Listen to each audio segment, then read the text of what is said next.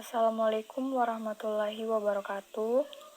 Saya Ilmadina Kadir akan menjelaskan teorema 6.9 sampai 6.12. Baik, yang pertama saya akan menjelaskan mengenai teorema 6.9.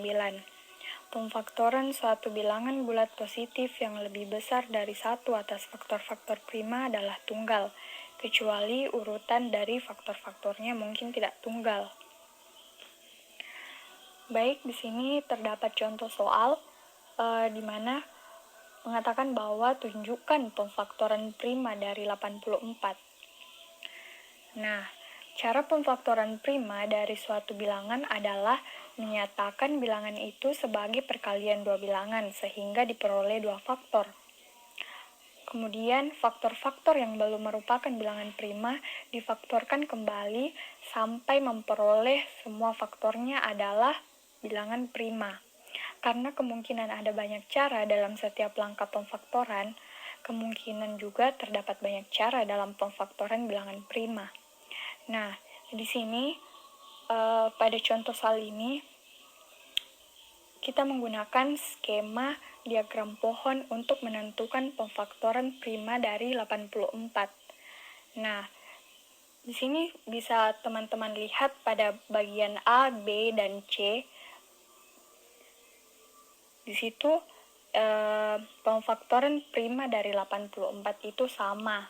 Hanya saja urutan dari faktornya yang berbeda.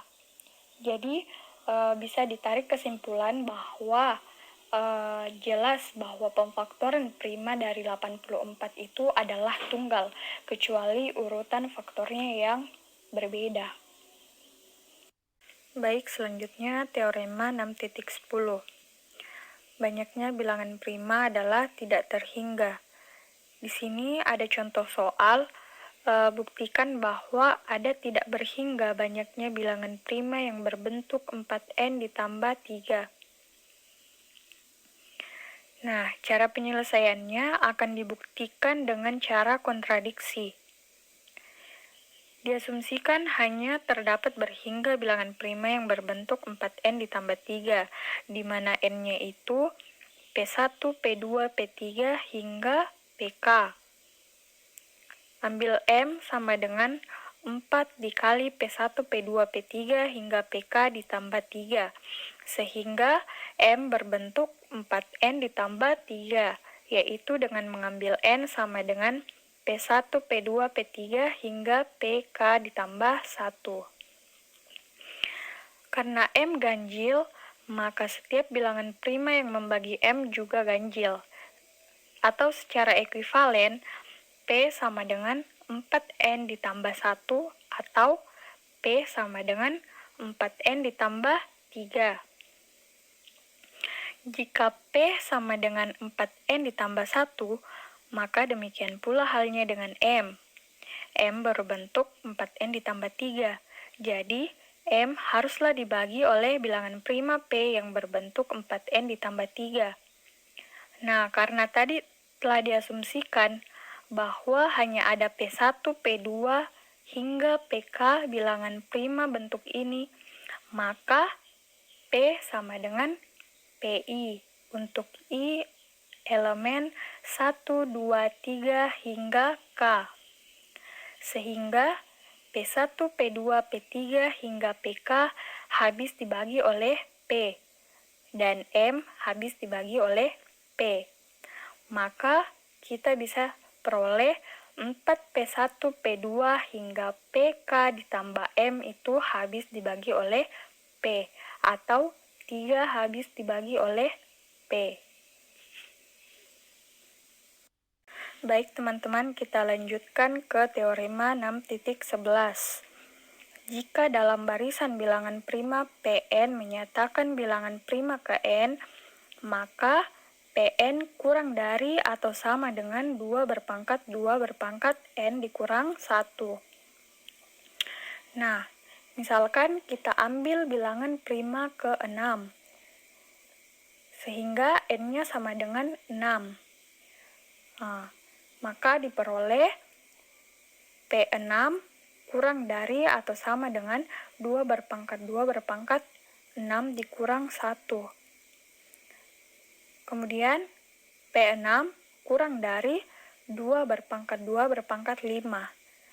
Nah, seperti diketahui bahwa 2 berpangkat 5 itu hasilnya 32.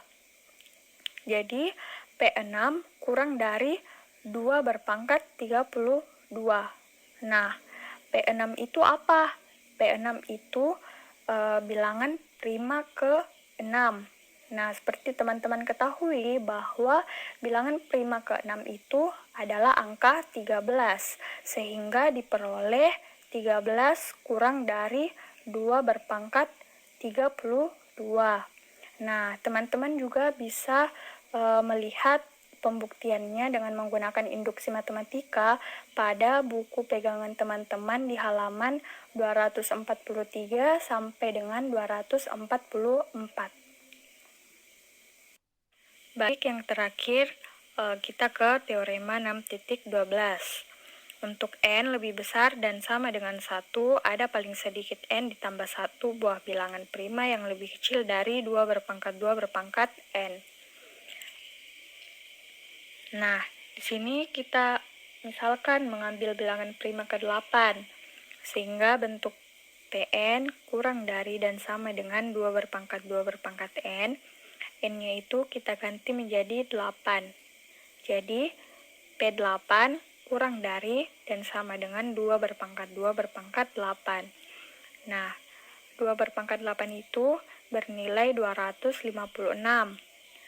Sehingga P8 kurang dari dan sama dengan 2 berpangkat 256. P8 adalah bilangan prima ke-8 yang menunjukkan angka 19, sehingga diperoleh 19 kurang dari dan sama dengan 2 berpangkat 256. Baik, mungkin itu saja yang bisa saya jelaskan.